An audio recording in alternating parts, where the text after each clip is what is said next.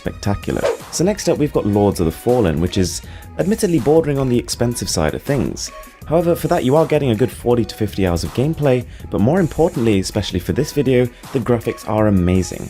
This runs at a smooth 60 frames per second if you've got a fairly high-end device, and for the most part I kind of forgot I was playing a mobile phone game and was being thrown back to when I was going through Dark Souls 3. In terms of the way the game plays out, the best way to describe it is Android's answer to Infinity Blade on iOS, which is to say you've got a fair bit of control over your character and degrees of motion, but it's far from being an open world game. It's not like you can just explore any point you want to.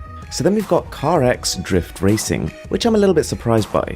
Considering the quality of its visuals, its gameplay, and even the depth of progression, it's kind of drifted under the radar a little bit. I'd go as far to say that the quality of the environments, the high resolution textures and shadows, and the particles make this just as good looking if not better than Real Racing 3, by some considered still the best racing title on Android. And this also has a lot of the same progression aspects that that game does, being able to visit garages, customize your car, and buy these crazy new smoke colors for when you start drifting, which is one of the core elements of this title. So then we've got the game you probably came for. It's an absolute bombshell, and to be honest I'm amazed that at the time of downloading it only had 10,000 downloads.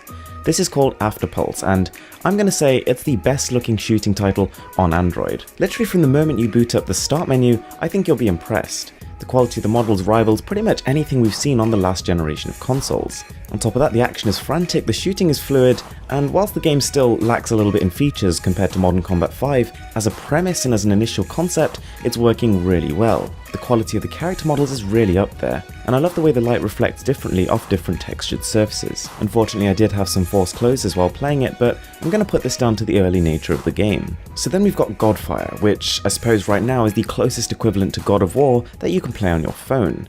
And I think that while compared to Afterpulse it's a little bit lacking in the graphics department, it's a pretty good looking game in its own right. So it's a combination